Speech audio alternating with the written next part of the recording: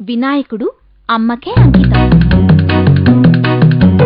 ఒకనాడు వినాయకుడు ఆడుకుంటూ ఉండగా ఒక పిల్లిని గాయపరిచాడు.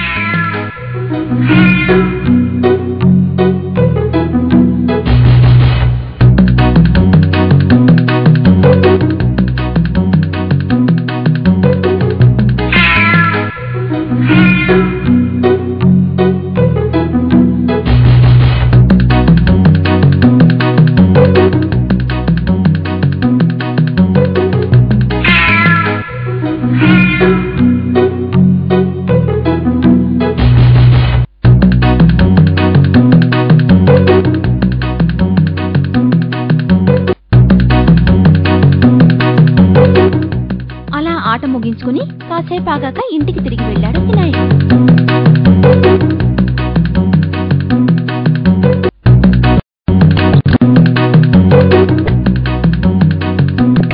అప్పుడు తన తల్లి పార్వతీదేవి ఒంటి మీద గాయం కనిపించింది. వినాయకుడు ఆ గాయం ఎలా అయిందని అడిగాడు.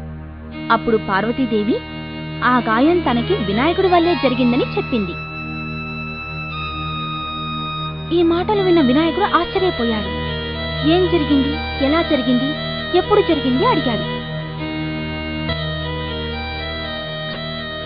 అప్పుడు పార్వతీదేవి వినాయకుడికి నేను ఒక శక్తిని, నేను అన్ని ప్రాణుల్లోనూ ఉంటాను అని చెప్పింది. ఎప్పుడైతే వినాయకుడు పిల్లికి గాయం చేశాడో అప్పుడే పార్వతీదేవికి గాయం అయ్యింది అని చెప్పింది.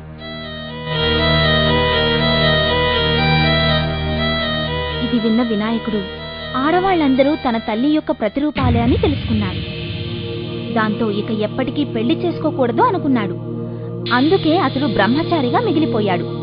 బ్రహ్మచర్యాన్ని పాటిస్తూ జీవితాన్ని ఆనందంగా గడిపాడు. కానీ కొన్ని పురాణాలలో, చిత్రాలలో వినాయకుణ్ణి పెళ్లైన వాడిగా చిత్రీకరించారు.